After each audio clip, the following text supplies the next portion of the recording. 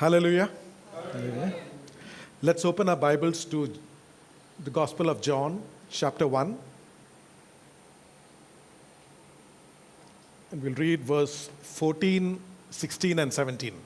John chapter 1, verses 14, 16, and 17. And the Word became flesh and dwelt among us, and we beheld his glory, the glory as of the only begotten of the Father, full of grace and truth.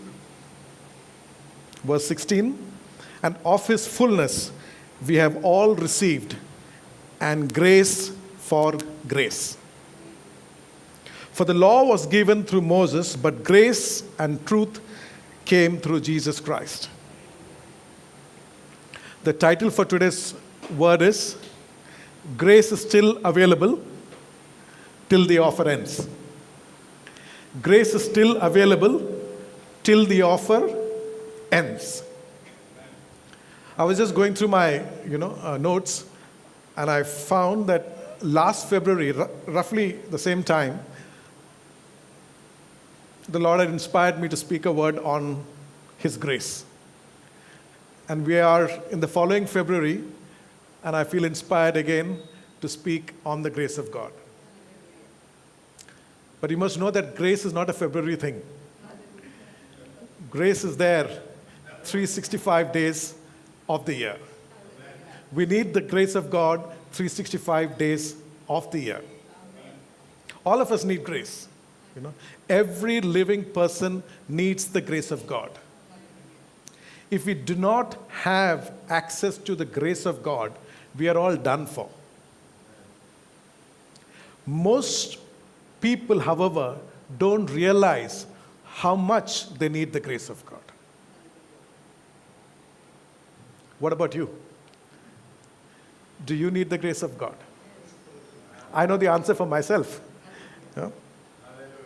I know we are all people. All of us sitting in this room are people who are dependent on the grace of God. But this word, I believe, will be for us who already have tasted the grace of God, and for those who have not yet tasted the grace of God. I believe it will be like salt. It'll give you a thirst for more of the grace of God. All of us, none of us can have enough grace. We all need more and more grace all the time. The grace that I had yesterday is not the grace that I need for today. I need a double portion. I need a portion that's multiplied. Yesterday's portion will not work. Nor can I rely on yesterday's portion to carry me through today. I need a fresh release of the grace of God. Those who rely and depend on the grace of God are the genuine Christians.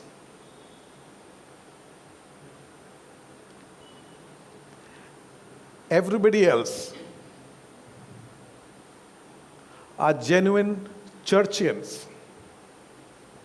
You understand? Or genuine religious people. If you are a Christian, your soul cry will be, I need the grace of God. We are living, each one of us, we are living in a time of extraordinary grace. A time of extraordinary grace.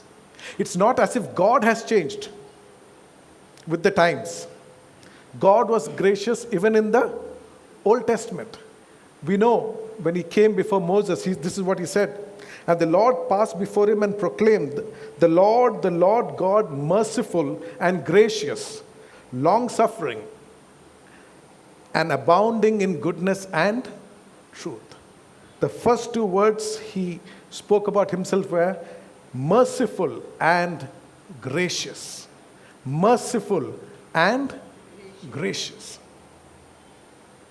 So God hasn't changed with time. In the last 6,000 years, God has not become more gracious to enable us to live in a time of abundant grace or extraordinary grace. God has always been the same from time immemorial. But it is man who is running out of time. Man is seriously running out of time, and that is why you and I and everybody in the world today is living in a time of extraordinary grace. I told you, if you remember,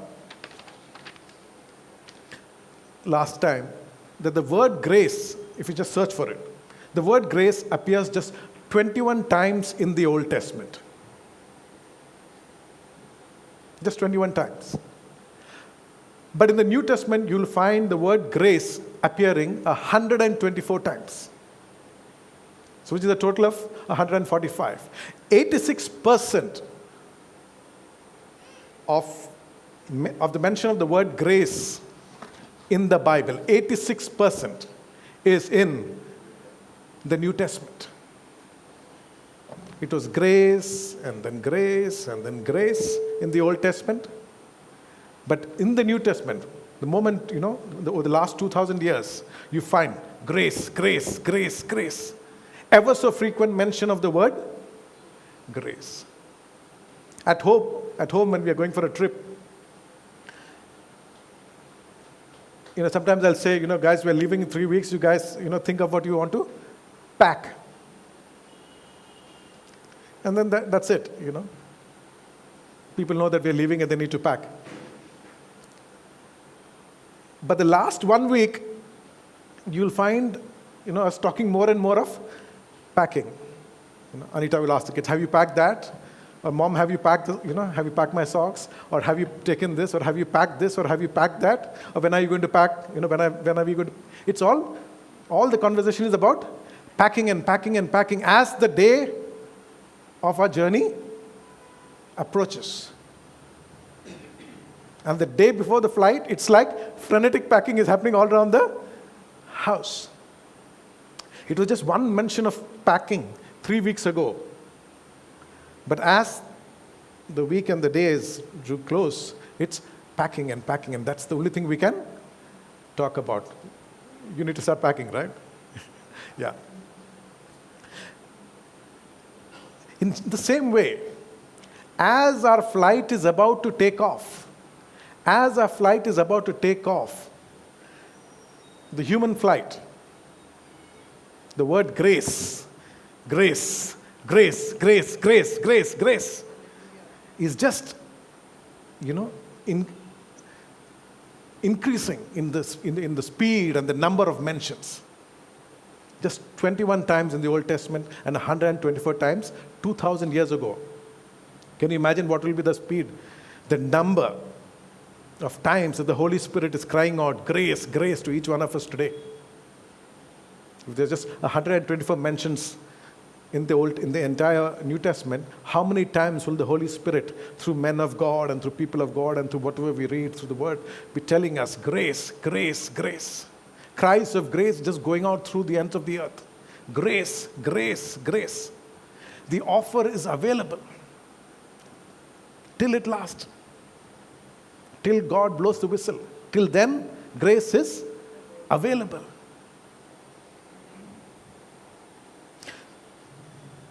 The grace of God calls each one.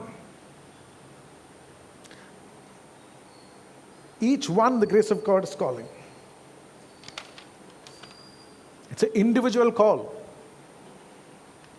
Galatians 1:15, Paul is writing, "But when it pleased God who separated me from my mother's womb and called me through his grace." Each one of us are that. Called from our mother's womb through his grace. He's calling the whole world. By the way, whether people respond to the call or not, everybody in the world is enjoying some level of grace. Otherwise, only Christians would be breathing today. You understand? Whether they recognize it, whether they accept it or not, there is some minimum level of grace flowing to all the world. So they can live and carry on and, they have time to come to the knowledge of God.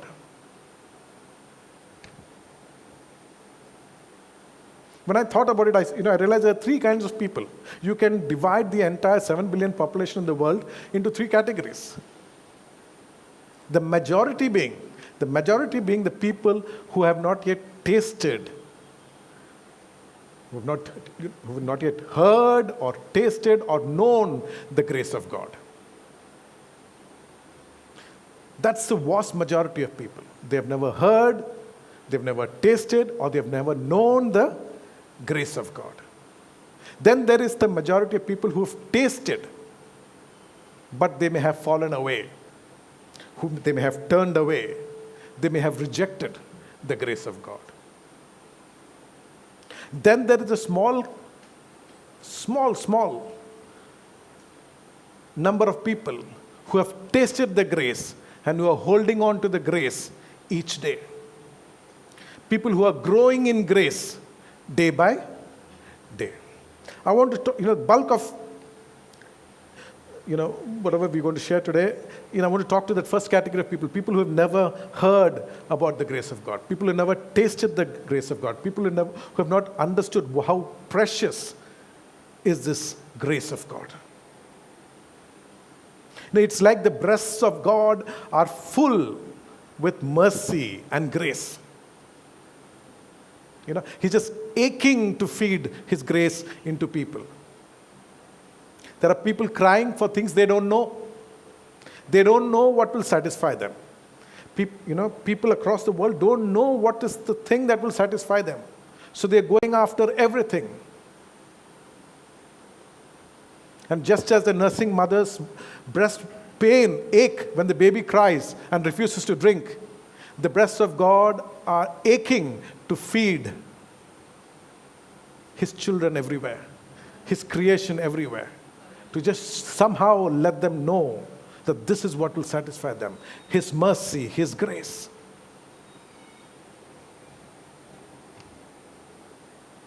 Jesus didn't come for the good people. Jesus didn't come for the good church-going type people. I'm talking the synagogue type people. Jesus came for those who did not count themselves good. Jesus came for those who did not consider themselves religious. In fact, I think it was Billy Graham who said, it just came to me, that the Bible is the only book where all the good people go to hell and the bad people go to heaven. So Jesus came to take the bad people to heaven. Those who think they are good, those who think they can make it on their own, will reach a very different bus stop. Titus 2:11. For the grace of God, hear this carefully, for the grace of God that brings salvation has appeared to all men. The appearance is past tense, but the bringing is present tense. For the grace of God that brings salvation has appeared to all men. It brought salvation 2,000 years ago, it brought salvation 1,500 years ago, it brought salvation 100 years ago, and it's bringing salvation today, and it will bring salvation tomorrow if the Lord tarries. Today morning when I was, kind of preparing this, the image that came to my mind was like a well that was dug 2,000 years ago. That there's in a dry and thirsty world, there was a well that was dug 2,000 years ago. And people can draw and drink from it freely. It is available for everyone to draw and drink freely. If you're thirsty, go to the well and drink. And when I was thinking of this thought, suddenly, I knew there was a verse. So I looked for it, and there's a verse actually. Isaiah 12:3. Therefore, with joy you will draw waters from the wells of salvation. Therefore, with joy you shall draw waters from the wells of salvation. If you are thirsty, if you are desperate, there is a well of salvation that is already dug and it is full. You have to go and drink. It is a well, if you drink that water, it is a well that will inside you become a well springing up to eternal life. That's what Jesus told the Samaritan woman at that well. He who drinks the water that I gave him will become in him a well of What is springing up to? Eternal life. Salvation means, we're going to be saved from ourselves, from whatever we deserve. Let's be clear. Salvation means we're going to be saved from whatever we deserve. Salvation means we are going to get whatever belongs to Jesus. God's court will be like any human court. The charges will be read. And all of mankind will have to stand and say, guilty as charged. Everyone, you, me, everyone, will have to stand and say, guilty as charged, because we cannot deny the charges. Each one of us knows. Each one of us knows everything we've done, and everything we do. But there will be a group of people who will say, guilty as charged, but I've come under the blood of the Lamb. And the Father will say, come to my rest. Come in. And those who said, I don't want this blood of Jesus, I don't want anything to do with Jesus, will have to say they are guilty as charged, and they will be cast into outer darkness, into hellfire, where there is a worm that does not die and the fire that does not quench. Everybody will be guilty as charged, but there is a way out today. There is the well of salvation that's springing out water today that's available for people who choose to drink by putting their trust in what the Lord has done, and where He will take everything that you deserve and He will give everything that He is, His righteousness. The cross is the world's greatest exchange place. There's no exchange like the cross, where you give up your sins to Him and He gives all of His righteousness. It's two things that are happening. It's not just giving up of our sins. We are taking on His righteousness. We are being clothed with His righteousness at the cross. In Zechariah chapter 3, Joshua the high priest is standing before God, and Satan is standing there at the right hand of the angel to accuse him.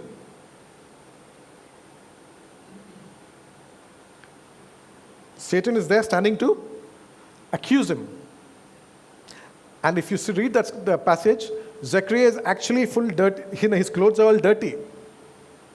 All of him is dirty. Means, just showing that he's not, before God, he is not perfect. He cannot stand before God. He cannot say that he is perfect. He is not clean. He is an unclean man. But the angel rebukes Satan, and the Lord says, give him a fresh set of clothes. I have removed your iniquity from you. The Lord removes the iniquity from Joshua and gives him a new set of clothes, a new turban and a new robe of righteousness. That's what happens to each one of us when we come under the cross. Satan will be ready to accuse. Yes, I know this person has done, but the Lord will shut him up, because He is going to give us a new turban and a new set of clothes. We can be either that, or we can be in a situation where we remain dirty and with no one to give us anything to wear, and cast out from the presence of God. Satan would have won a victory. That is why Satan is trying his best to make sure people do not hear the message of salvation. That is why Satan is trying his best to confuse people by showing them other wells rather than the wells of salvation. It could be any kind of well. It could be a well of fame, a well of great wealth, a well of great, stardom. It could be a well of whatever, busyness. It could be a well of anything. But as long as you're not drinking from the real well. Jesus came to give His grace. Of His fullness we have all received grace upon grace. Grace upon grace. His grace is available freely, lavishly. But we have to take it. He will never force Himself on anyone. He will never override our choice. It's there right at our asking.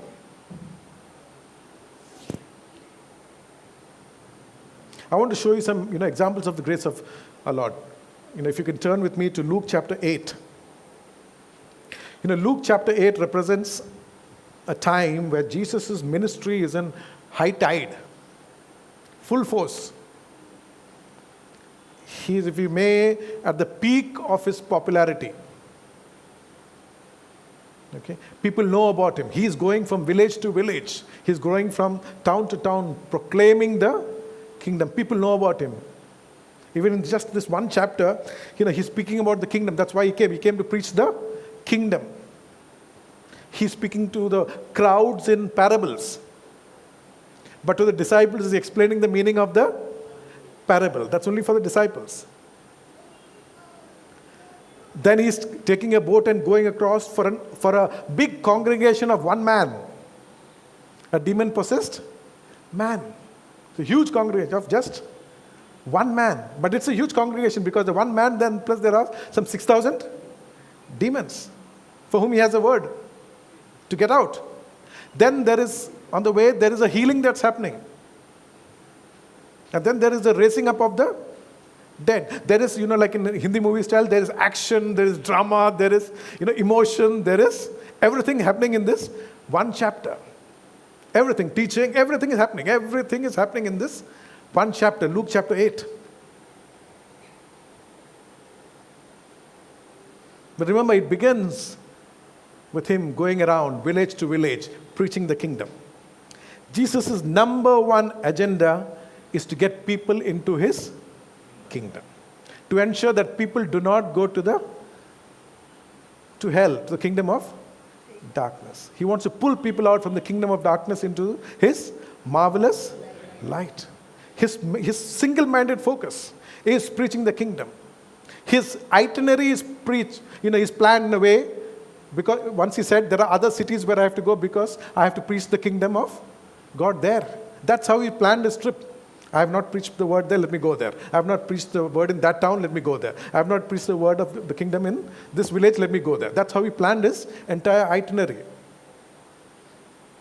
So I want to begin with the very, very last incident. There's a man called Jairus. We all know him. Jairus is the ruler of the synagogue. Okay? Now remember, Jesus is not the favorite poster boy of all the Jews. Okay? None of the Jews have put up big posters of Jesus in their bedroom and saying, he's our idol. No, very few. None of them have. Okay? If anything, they are throwing darts. Jairus probably didn't have a, WWJD wristband, saying what would Jesus do. No, I doubt. But I suspect his wife, especially being the ruler of the synagogue, it's not very fashionable to go and be seen hanging out with some new yesterday's kid preacher boy, You're the ruler of the synagogue.